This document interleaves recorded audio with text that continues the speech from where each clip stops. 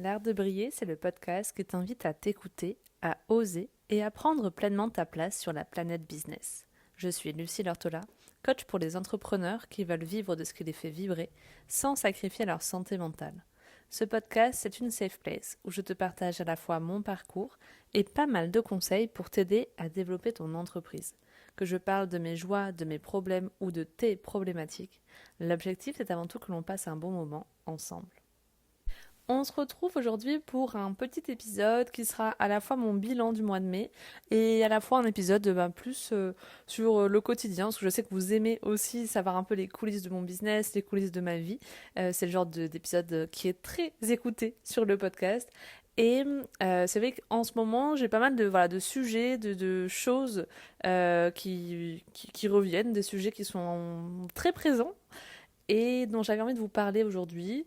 Voilà, parce que j'aime bien être transparente avec vous et parce que je sais que des fois ça vous intéresse, voire ça peut vous inspirer, voire ça vous plaît de savoir plus de choses sur moi. Alors déjà, comment je vais? C'est une question qui m'a été posée 1500 fois depuis 15 jours. Comment est-ce que tu vas? Je sais que beaucoup ont écouté mon podcast du coup où je racontais ma maladie et tout ce que j'ai vécu ces derniers mois. Et du coup, la réponse vraiment sincère à cette question, c'est que je vais très bien. Je vais très très bien. Déjà, d'un point de vue juste purement de santé, mes résultats ont été au top, c'est-à-dire gros soulagement. On m'a annoncé que je ne devais pas avoir d'autres traitements. Donc, je suis guérie. On peut même pas dire rémission, je suis guérie, c'est-à-dire qu'il voilà, il y a plus de traces du cancer en moi. Donc ça, c'est OK. Du coup, je vais avoir une autre opération à la fin de l'année purement esthétique, voire peut-être préventive, parce que on a envoyé un test génétique pour déterminer si j'avais une prédisposition, un petit peu comme Angelina Jolie. Est-ce que j'ai une prédisposition ou non à avoir un cancer du sein? Est-ce que j'avais ce truc-là en moi? Est-ce que ma sœur, ma fille potentiellement l'ont? C'est intéressant de le savoir pour moi et pour les femmes de ma famille. Et selon le résultat, si ça te donne l'idée que oui, j'ai un gène qui me donne plus à risque qu'un certain pourcentage de la population, je pourrais questionner le fait de, tant qu'à me faire modifier le sein numéro 2 pour qu'il s'équilibre avec l'autre, pourquoi pas l'enlever lui aussi pour me prévenir d'un éventuel cancer sur l'autre sein. Mais pour le moment, ce n'est pas du tout la question. Enfin voilà, on ne sait pas. Donc je vous tiendrai au courant au fil des mois. Et ce test est très long à avoir les résultats. Ça prend entre 3 et 6 mois. Donc c'est un sujet pour la fin de l'année 2026. Pour le moment, on n'en est pas là. Donc globalement, je vais très bien. J'ai pu reprendre le sport. J'ai fait un petit peu de natation ces derniers jours. La plus grosse difficulté, on va dire aujourd'hui, c'est la mobilisation en fait du muscle qui a été très étiré durant l'opération, donc tout ce qui est muscle du grand pectoral, il est très très tendu. Et donc ça, faut retravailler, voilà, retrouver de la souplesse, etc. Je vois la kiné toutes les semaines pour masser, pour faire des étirements, des choses comme ça. Et c'est elle qui m'a conseillé de reprendre la natation.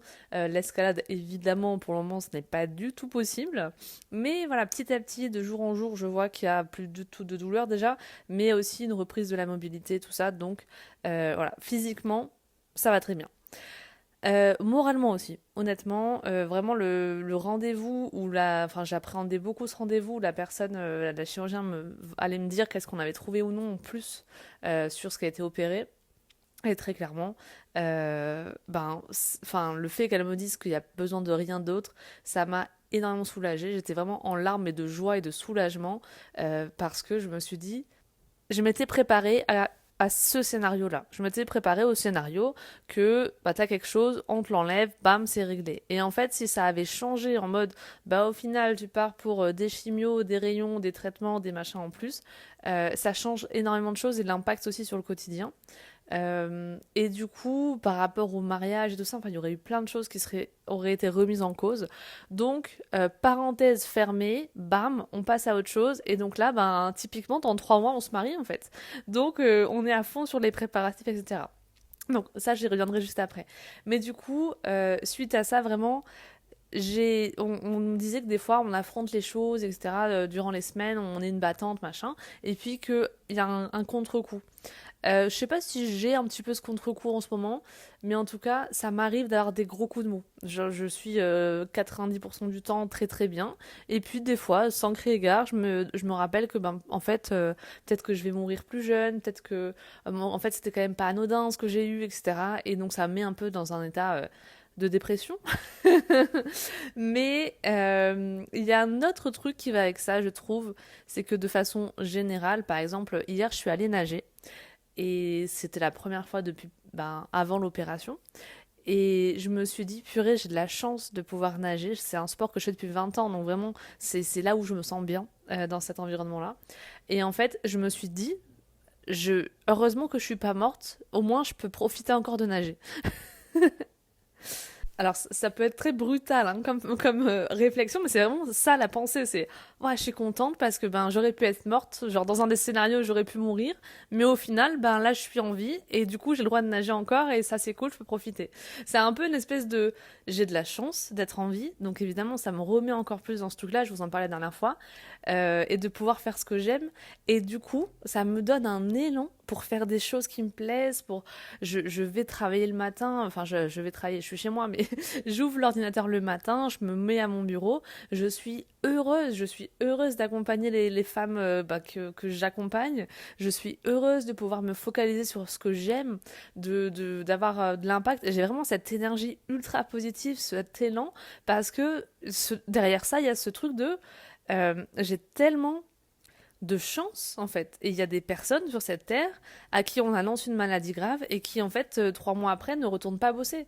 Donc j'ai une chance énorme, et j'ai une chance énorme que voilà, de pouvoir profiter de mes enfants, etc. Et en fait c'est comme si je redécouvrais la vie entre guillemets, avec des yeux neufs, avec des yeux de gratitude immense pour le fait d'avoir cette chance de vivre ces moments. Donc croyez-moi bien que je mets ça à profit. Et donc, fin de parenthèse du coup sur la pathologie, euh, j'ai mis en place, là, ça fait 15 jours que j'ai repris à peu près, des actions pour essayer de vendre sans forcément que mon énergie soit pas disponible, mais au cœur du truc. Exemple. Je me suis rendu compte, en fait, là, ces dernières semaines, ces derniers mois, que si je veux des clientes, la plupart du temps, je dois créer du contenu sur Instagram, je dois créer du contenu sur le podcast, puis les gens candidatent, puis je fais un appel avec eux, je dois être présente, puis je les accompagne, je dois être présente. Et donc, aujourd'hui, j'ai pas vraiment à la fois de moyens de délivrer mes prestations sans être présente, parce que je suis à 100% présente dans mes programmes, voilà, dans mes coachings. Il n'y a aucune séance qui est faite par un autre coach que moi, par exemple, pour le moment. Et deuxième chose, avant même cette étape-là de cliente, quand la personne elle est encore à un stade de prospect, je n'ai aucun moyen que les gens se transforment en fait sans une action de ma part. Aujourd'hui, il faut que les gens prennent rendez-vous avec moi, passent un appel, etc. Et j'ai tellement de contenu, de choses en place, voilà, que ce soit les 150 épisodes de podcast, que ce soit le blog, le SEO, tous les contenus que j'ai pu faire sur Instagram, ben, je trouve ça dommage en fait que ça passe seulement par mon énergie alors que j'ai tellement mis des choses en place jusque-là. Donc, j'essaye de trouver une façon de faire grandir ma communauté et les gens qui rentrent un petit peu dans mon tunnel autrement que à travers mes efforts. Donc voilà, là vraiment j'ai mis en place des étapes pour faire vraiment un freebie, une newsletter, des choses que je repoussais depuis des années honnêtement, et de vraiment j'ai trouvé l'idée en fait, j'ai trouvé l'idée à la fois du freebie, j'ai trouvé l'idée pour les mails, mais aussi c'est important pour moi que les gens reçoivent des emails et qu'ils soient un minimum intéressés, mais que ça sert aussi ma stratégie. Donc comment est-ce que je mets ça en place? Voilà, j'ai vraiment essayé d'y donner de la valeur et d'y réfléchir. J'ai aussi remarqué que finalement depuis début 2026, je sais pas si j'ai vraiment trouvé énormément de clientes seulement via Instagram. En fait, les gens me découvrent via Instagram, mais il y a aussi le podcast, il y a aussi des recommandations, etc. Et aujourd'hui, j'ai l'impression que les gens qui me découvrent via Instagram n'achètent pas spécialement chez moi. Moi, je dis ça, mais si, il y a une cliente là très récemment qui m'a dit, je t'ai trouvé sur Instagram, chercher coach business, et en fait, c'était toi. Donc, oui. Mais j'ai l'impression que ça marche un peu moins bien qu'avant. Alors, je dis pas que l'algorithme a changé, attention. Vous savez que je suis pas pour ce monde-là. Euh, mais je pense que il faut s'adapter à ce truc-là. Moi, j'ai l'impression, il y a plusieurs choses. Déjà, moi, je fais moins de routine d'engagement. Je suis moins présente sur d'autres comptes, etc. Et j'ai l'impression d'être pas assez découverte malgré le fait de faire des réels ou quoi. Et malgré le fait que je publie beaucoup de contenu sur Instagram, j'ai l'impression il y a de moins en moins de portée vers de nouveaux comptes. Et ça, c'est un problème. Parce que du coup, il y a de moins en moins de gens qui me découvrent tous les mois. Donc, pour convertir, c'est plus difficile. Deuxième chose, j'ai l'impression que l'algorithme a changé. Non, j'ai l'impression que le fil euh, de... Comment dire? Même sur mon compte Instagram professionnel, je vois beaucoup de publications, plus perso, d'influenceurs, de choses qui n'ont rien à voir avec la choucroute, et je vois de moins en moins apparaître de contenu purement business. Et en plus, suffit que tu regardes une fois, par exemple, je regarde Mariée au premier regard, ok. Il se trouve que je tombe sur, je sais pas, je cherchais le compte d'un des participants sur Instagram, ok. Euh, mais je l'ai fait avec mon compte professionnel, au lieu de le faire avec mon compte perso. Bah du coup, j'ai plein de vidéos qui apparaissent en lien avec ça tout à coup. Ou en lien avec l'amour, ou en lien avec le couple. Et rien à voir en fait, j'ai juste fait une action. Et en fait, il y a des actions comme ça qui sont prises en compte pour te montrer un max de contenu. Euh, et enfin voilà, des fois tu comprends pas trop. Donc, à cause de ça, ce que j'essaye de faire, et donc là ce qui va être ma stratégie des prochains mois, évidemment je révolutionne pas tout dans mon business hein, quand je vous dis ça, je continue ma stratégie, je continue, là je suis en plein lancement, je continue de faire des choses pour convertir les gens via Instagram, mais en même temps j'ai l'impression qu'il y a moins de conversions possibles via Instagram, que c'est un peu plus compliqué qu'avant, ou du moins que en tout cas moi je m'en sors moins bien, peut-être qu'il y a un truc que j'ai pas compris, hein, c'est aussi possible, et du coup ce que j'aimerais mettre en place, c'est des actions sur Instagram pour avoir plus de visibilité, mais envoyer très rapidement les gens vers mes autres médias, vers ma newsletter, vers mon podcast, et pouvoir comme ça les convertir à force qu'ils écoutent mon podcast ou qu'ils soient abonnés à ma newsletter. Mais pour ça, bah, il faut avoir mis une stratégie en place, et donc c'est ça que je suis en train de mettre en place en ce moment, ces derniers jours. Waouh, j'ai l'impression que j'ai été pas ultra claire. L'idée, c'est vraiment ça, c'est finalement de vendre de façon un peu plus passive. Et surtout qu'Instagram, aujourd'hui, je m'en servais beaucoup sur l'appel à l'action, c'était candidate à mon programme, réserve un appel avec moi. Et en fait, j'ai plus envie de faire ça. Et plutôt une stratégie de commente machin pour recevoir mon freebie, un peu ce que tout le monde fait finalement, pour essayer cette technique-là, voir si ça fait grandir ma liste email et si par email il y a plus de conversion. Je vous dis ça parce que très souvent, ça m'arrive que des gens m'écrivent et candidatent en me disant j'ai écouté ton podcast depuis plusieurs mois et je veux travailler avec toi. Ça, c'est la plupart des façons que les gens m'ont trouvé ces derniers temps. Enfin, du moins, on dit je veux travailler avec toi. Donc, ça m'intéresse de savoir si j'alimente un peu plus la newsletter, si je tourne un peu plus les gens vers le podcast, est-ce que ça fonctionne encore mieux? Enfin, je vous dis ça, mais en même temps, j'ai aussi passé la semaine dernière. Du coup, en préparant mon lancement, j'ai beaucoup de temps, j'avais moins de rendez-vous clients, donc j'ai préparé le lancement, les posts, etc. Sans pression, je me suis mis des objectifs pour le mois de juin, mais vraiment en mode je reprends très tranquillement. Et vendredi après-midi, c'est le seul moment, le vendredi après-midi, où, avec mon conjoint, on est ensemble sans les enfants. Du coup, on essaye de se faire des dates, de faire des trucs ensemble, voilà, parce que c'est important et c'est un truc qui est, voilà, en tout cas important pour nous. Et du coup, on est allé à la plage, tous les deux. Et donc là, au bout d'un moment, genre vraiment dans un lâcher-prise le plus total, j'étais littéralement posé le cul sur ma serviette en train de bronzer, je reçois deux messages. Une personne qui me dit qu'on a déjà travaillé ensemble et qu'elle aimerait recommencer l'expérience, et une autre personne qui me dit qu'elle veut des informations et faire un appel de vente avec moi pour mon programme. Donc, en une après-midi, j'ai un potentiel de chiffre d'affaires de 3 000 euros. Voilà, 3 000 euros de chiffre d'affaires qui rentrent potentiellement en une après-midi sans que j'ai à faire de choses. Et donc, je vous dis ça parce que, certes, je teste des stratégies, etc., mais j'essaye de travailler sur des stratégies long terme. Je cherche pas non plus 1500 clients en plus par mois parce que, tout simplement, là, par exemple, je suis quasiment complète pour le mois de juin et juillet. Donc, voilà, je suis pas en termes de nombre de clients. Évidemment, je pourrais être un tout petit peu plus pleine que ça, mais ça se joue entre 1 à 2 clients de plus par mois. Et l'idée, c'est juste aussi que j'ai l'impression que les gens qui me découvraient ne convertissent pas forcément et que je touche pas assez de monde. C'est ça mon plus gros obstacle aujourd'hui, mais ça m'empêche pas de faire du chiffre d'affaires, donc ça, voilà, que vous l'ayez bien en tête. Du coup, pourquoi je vous dis ça? Un des sujets de ma vie vraiment en ce moment, c'est j'ai repris la manifestation et c'est incroyable. Voilà, c'est incroyable. Je vous en parlais la dernière fois sur cet épisode sur comment je manifeste ma vie rêvée, etc. Mais j'ai l'impression que cet épisode-là, il n'était qu'à 10% de ce que je pourrais vous dire là-dessus. Donc j'en referai, c'est sûr. Je suis déçue de cet épisode par rapport au sujet aussi important que c'est dans ma vie et pour mes clientes aussi. Donc je recommencerai des épisodes là-dessus. En plus, il vous a plu, donc je vais recommencer.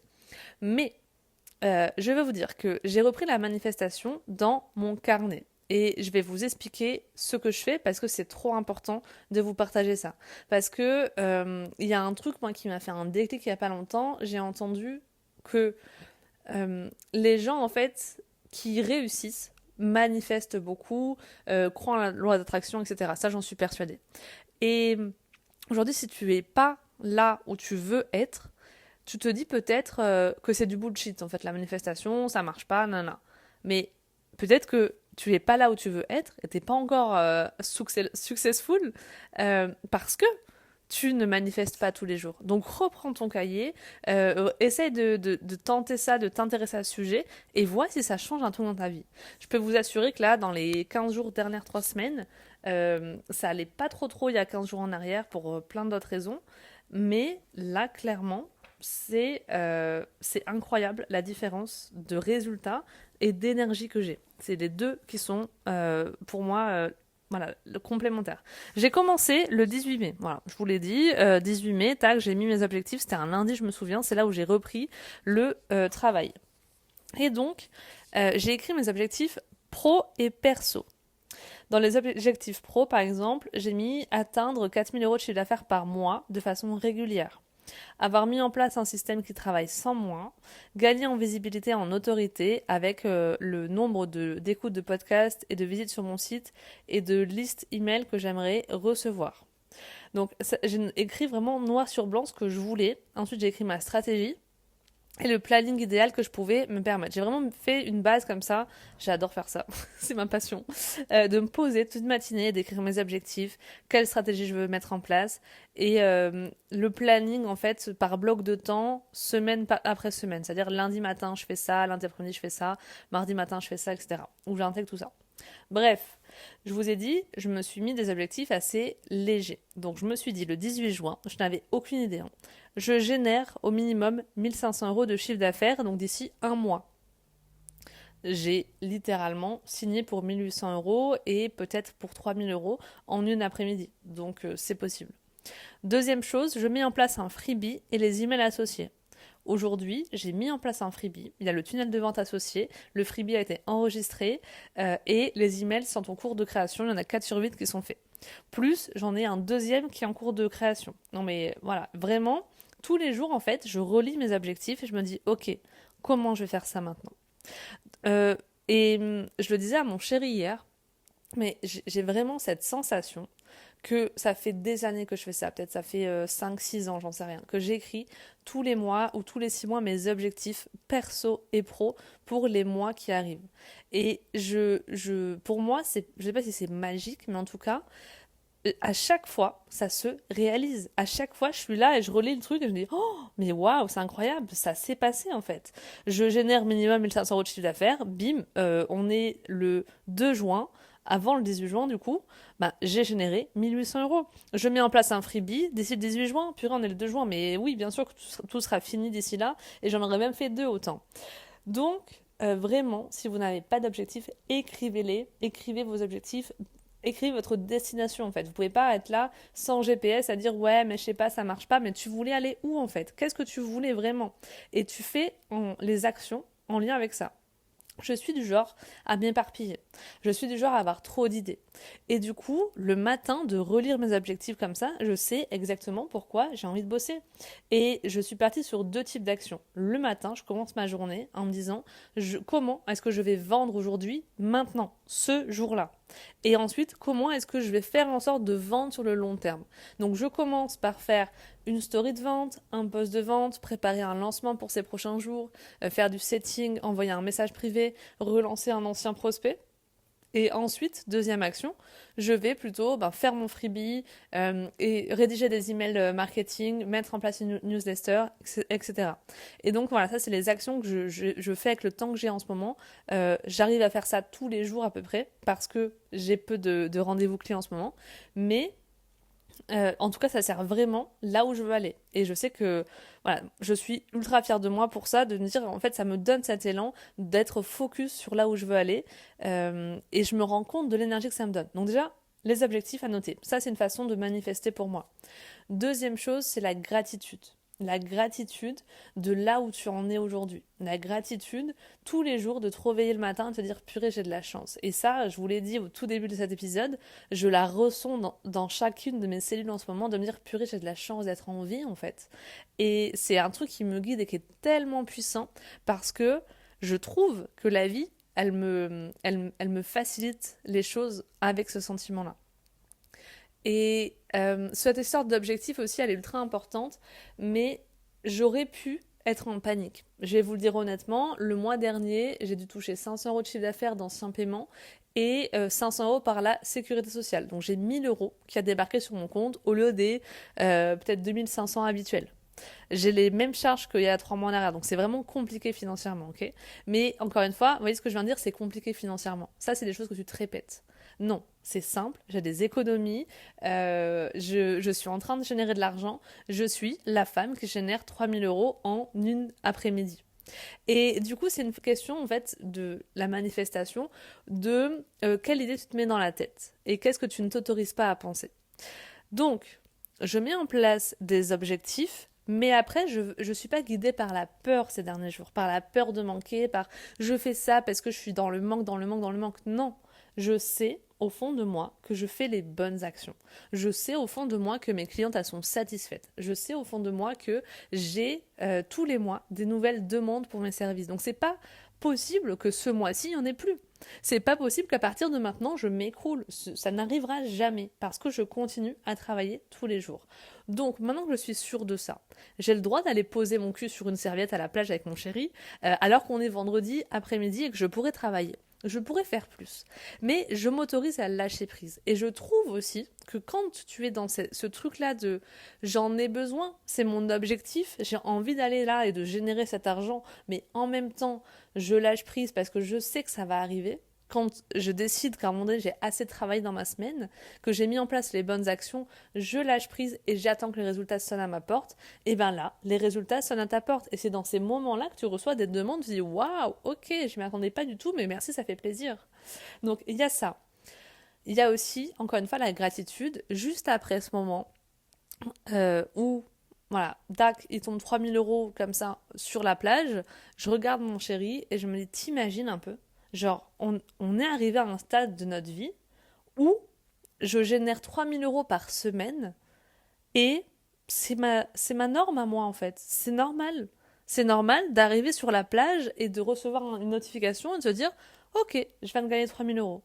Tu te rends compte un petit peu de à quel point c'est pas courant dans la vie qu'on a, voilà, et à quel point tout ce qui a été accompli depuis 4 ans qu'on est ensemble, où au début qui m'a connue, je rédigeais des articles, j'étais dans l'ombre, j'avais pas de compte Instagram, et je faisais de la rédaction web pure et dure, et j'étais invisible. Et je devais gagner, je sais pas, peut-être au tout début qu'on se connaissait, parce que c'était un peu la panique, et j'en ai parlé dans un des podcasts récemment, un podcast, genre je devais gagner 1500 euros de chiffre d'affaires, ou 2000 les bons mois.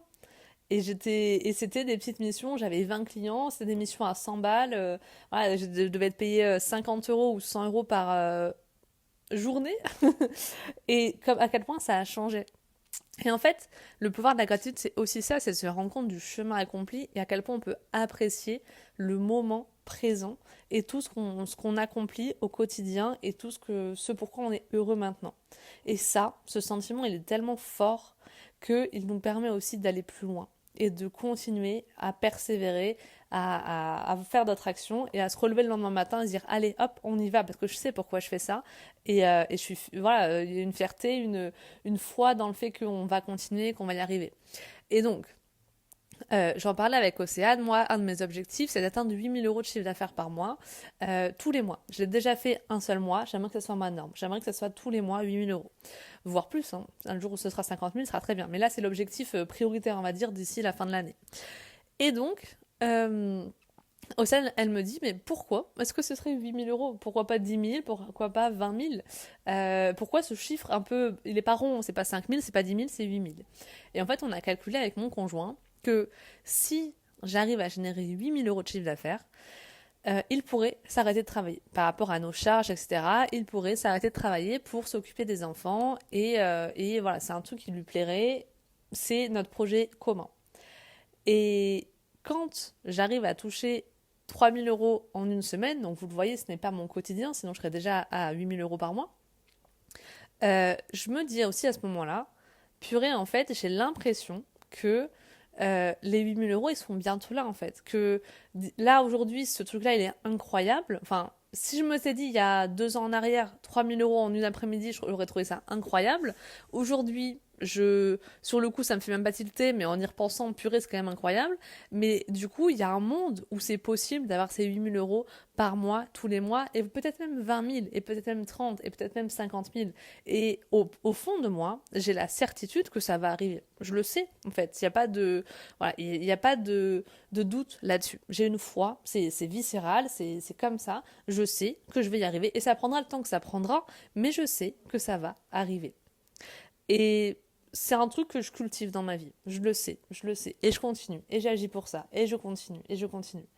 Et du coup, je parle de ça avec mon conjoint. Je dis, tu vois, t'imagines et tout, finalement, les 8 000 € par mois, bah, on n'y est peut-être pas si loin. Et il me regarde et il me dit, tu sais, j'ai la certitude viscérale que tu vas y arriver. Et je n'ai aucun doute avec cette idée-là.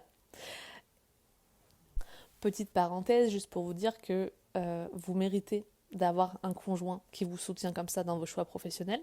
Fin de la parenthèse. Imaginez ce que un sentiment aussi puissant de je sais, j'ai la certitude que on va atteindre ce chiffre d'affaires parce qu'on est ensemble dans le foyer, enfin là on va se marier, pour nous c'est une affaire d'équipe. Lui donne la confiance et moi je fais les efforts.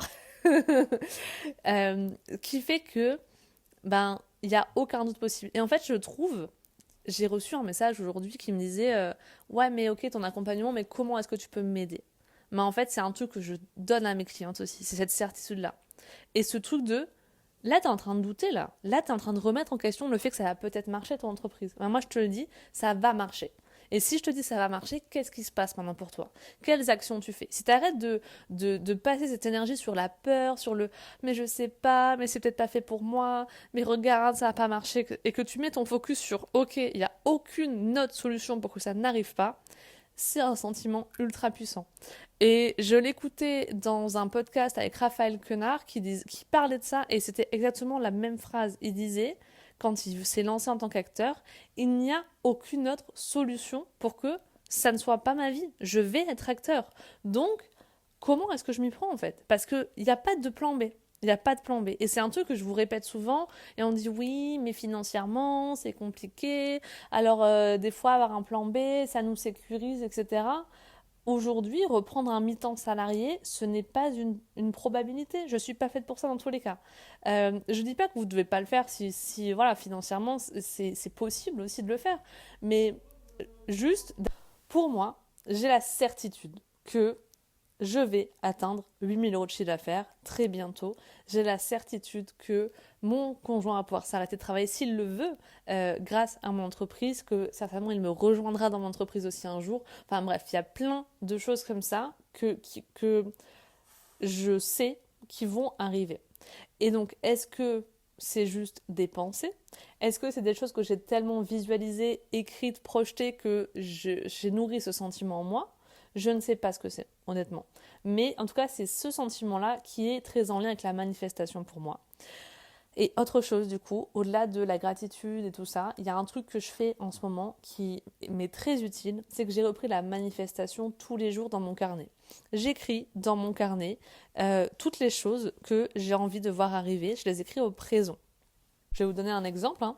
J'ai une foi indescriptible dans le fait que je vis dans l'abondance et que j'obtiens 8 000 € de chiffre d'affaires mensuel comme nouvelle norme. Je sais vendre, je sais accompagner, je sais communiquer. Tout est en chemin pour me permettre de générer 3 000, 4 000, voire 10 000 par mois de façon systématique. J'écris en capital systématique. Je suis sereine, prête à tout déchirer et dans 2 ans, mes enfants joueront dans le jardin de notre maison à ville très particulière que j'ai envie, là où j'ai envie d'acheter une maison. Dans ma région, il y a un endroit particulier que j'aime beaucoup, qu'avec mon conjoint on aime beaucoup. Et dès qu'on passe là, on se sent bien. C'est une petite ville un peu dans les hauteurs, un peu éloignée de la mer, où on se dit j'adore cet endroit, j'adore cet endroit, j'adore cet endroit. Et j'ai appris récemment qu'une de mes amies proches va acheter une maison là-bas. Il l'a cherché depuis longtemps et tout ça, et ils vont acheter une maison là-bas. Et en fait, je lui ai dit, on parlait ensemble, on buvait un café, je dis ah purée, c'est trop cool et tout. Bientôt on sera voisines parce que moi aussi, tu sais, c'est vraiment mon goal de vie d'acheter une maison dans cette ville-là. Je me réveille tous les matins pour ça. Si je veux gagner de l'argent, c'est pour avoir cette vision de mes enfants qui sont en train de jouer dans le jardin, dans une maison, à cet endroit-là, de la Côte d'Azur. Et en fait, en lui disant ça, je me suis dit, purée, quand je regarde mon tableau de vision, en fait, c'est pas dedans. Il y a écrit, je veux générer de l'argent, etc. Mais cette maison n'apparaît pas dedans. Et moi, je veux cette maison. Donc, du coup, tous les matins, j'écris que je veux vivre dans cette maison, que je vais vivre dans cette maison, que je vois mes enfants nager dans la piscine, que je vois mes enfants jouer dans le jardin, que voilà, j'imagine. Donc, je fais ça, j'écris tout ça. Et en plus, je visualise les choses. Je visualise, je prends 5 minutes, je ferme les yeux et je visualise ça. Je visualise le bonheur de voir mes enfants jouer dans ma piscine. Je visualise le bonheur de voir mon chien courir dans le jardin. Je visualise comment sera mon portail, comment sera mes fenêtres, comment sera la déco dans cette maison, recevoir mes amis, faire la crémaillère, j'en sais rien. Des trucs très concrets comme ça. Et peut-être que ça ne fonctionne pas de façon énergétique, même si moi je crois à tout ça, vous êtes terre à terre, pas de souci. Donc ok, c'est pas un truc spirituel et tout ça, ça fonctionne pas, c'est pas magique, il n'y a pas de souci. Mais imaginez, si vous avez envie de vivre vos rêves et que vos rêves sont tellement concrets que vous êtes capable de les visualiser dans votre esprit tous les jours et que vous commencez votre journée comme ça, mais croyez-moi que les actions que vous allez faire, elles seront beaucoup plus audacieuse, vous allez oser beaucoup plus de choses, vous vous sentirez beaucoup plus confiante et vous allez pouvoir soulever beaucoup plus de montagnes parce que vous êtes connecté à ce sentiment-là de je vais le faire, je vais y arriver et c'est ça que je vais atteindre. Euh, voilà, pour la partie manifestation, ça fait partie des sujets dans ma vie, je vois que ça fait déjà 33 minutes, je vais éviter de m'écarter trop du sujet principal. Il y a une autre chose aussi, un sujet dans ma vie en ce moment, c'est le mariage. Vraiment, la parenthèse maladie a été tournée et hop, dès le lendemain, j'étais à fond dans le mariage. Bon, vous savez, c'est ma façon de fonctionner à moi, donc même mon conjoint, il dit, bah, ça y est, il est reparti, quoi. Voilà, un projet, bam, on passe à l'action, tac, tac, tac. Je suis vraiment fonceuse et je fais en sorte que les choses, elles avancent, elles bougent, etc. Donc, encore hier, après ma journée de travail, j'ai ouvert l'ordinateur, j'ai fait un trombinoscope pour préparer qui sera présente comme invité, que la photographe puisse avoir en tête qui sont les gens importants pour nous et qui prendre en photo. Voilà. Avant ça, on a fait un guide heure par heure de comment la journée devait se passer. On a peint un tableau pour y mettre des photos. Enfin bref, c'est la maison des DIY on se fait des petites réunions d'organisation du mariage.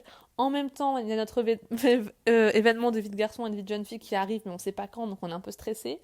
Et en même temps, du coup, on va se marier dans 3 mois. Ça y est, là, c'est dans 3 mois. Et c'est drôle. C'est dans 2 mois, en fait, bientôt. Purée, je suis en train de stresser.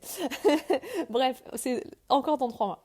Et donc, c'est rigolo parce que on pourrait se dire, en fait, que ça y est, c'est tout beau, tout rose et tout ça. Et les frères de mon conjoint qui sont aussi mariés nous ont dit vous allez rentrer dans la période où vous allez vous prendre la tête H24. Et c'est vraiment le cas. On a eu énormément de tensions ces derniers temps, notamment parce qu'on a un tout petit bébé qui ne fait pas ses nuits depuis 10 mois, que en plus avec les dents, bah, du coup elle a eu beaucoup de pleurs, beaucoup de difficultés à l'endormir ces derniers temps, les nuits encore plus hachées, elle a été malade, enfin bref, vraiment le sommeil a été très compliqué. En plus, la maladie n'aide pas parce qu'on est stressés tous les deux, donc voilà, ça a été compliqué, donc on a eu beaucoup de tensions. Et c'est drôle parce que, en fait, je trouve que quand tu te disputes un petit peu comme ça, bah, sur l'organisation du mariage et tout ça, et sur d'autres sujets de la vie liés aux enfants et liés à la vie de façon générale, on se dit souvent ça, purée, s'il y a que ça sur lesquels les sujets on se dispute, c'est que vraiment ça va en fait. Si vous voulez tout savoir, la dernière dispute qu'on a eue, c'est parce qu'il m'a mis dans le recyclage une boîte de choc à pic que je voulais prendre comme colis pour envoyer un truc sur Vinted. Voilà. Ouhou. On est dans des gros problèmes. Hein. Donc on se regarde, on se dit ouais non franchement ok allez on va s'arrêter. Donc mais c'est drôle parce que j'ai cette impression un petit peu, je sais pas si vous êtes mariés et que ça vous le fait aussi, qu'on a une certaine pression en fait du fait qu'on va se marier. On va se marier, donc ça veut dire que c'est un peu définitif. Il faut que notre couple il soit solide, il soit fiable. On sait qu'on veut passer toute notre vie ensemble. Et du coup, il y a un peu ce truc de est-ce que tu es sûr que je suis vraiment la personne faite pour toi? Est-ce que tu es sûr que c'est la personne que tu veux toute ta vie? Et ça vient remettre en question des choses qui n'avaient jamais été un sujet jusque-là parce que on vivait notre vie, c'était cool et on se posait pas la question. Et du coup, cette espèce de pression que ça met sur notre couple, que notre couple doit être parfait, notre couple doit être tel deux jeunes mariés, très amoureux, où tout va bien, elle est angoissante, vraiment, elle est là, quoi. Donc, voilà, là récemment, en fait, on s'est dit, franchement, on va remettre de la légèreté dans tout ça, et on va surtout passer des moments où on est en couple sans les enfants, sans devoir préparer le mariage, sans être dans une notion de productivité. On doit être les parents qui gèrent, on doit organiser le mariage. Non, juste on est là, on rigole ensemble, on passe du moment ensemble, et ça suffit en fait, c'est déjà assez, et ça resserre notre lien aussi et notre complicité. Voilà, parce que des fois en fait j'ai l'impression que bah déjà ça crée des tensions cette pression du mariage et il y a un autre truc aussi c'est que en étant beaucoup dans l'organisation ces derniers temps j'ai l'impression que l'organisation le comment ça va se passer le truc heure par heure ultra millimétré qu'on impose un petit peu dans un mariage comme ça dépasse le pourquoi est-ce qu'on se marie en fait voilà on est là pour passer un bon moment avec nos proches et en fait on est à quelques mois du mariage, mais je comprends toujours pas l'intérêt. Enfin, je le comprends parce que j'ai pas envie que ça nous gâche la soirée, que les gens viennent nous dire alors là, qu'est-ce qu'il faut qu'on fasse? Est-ce que c'est maintenant que je lance le jeu? Est-ce que c'est maintenant que je lance le blind test? Est-ce que c'est maintenant qu'on peut lancer le dessert? Parce que ben enfin, on n'a pas à gérer ce truc-là.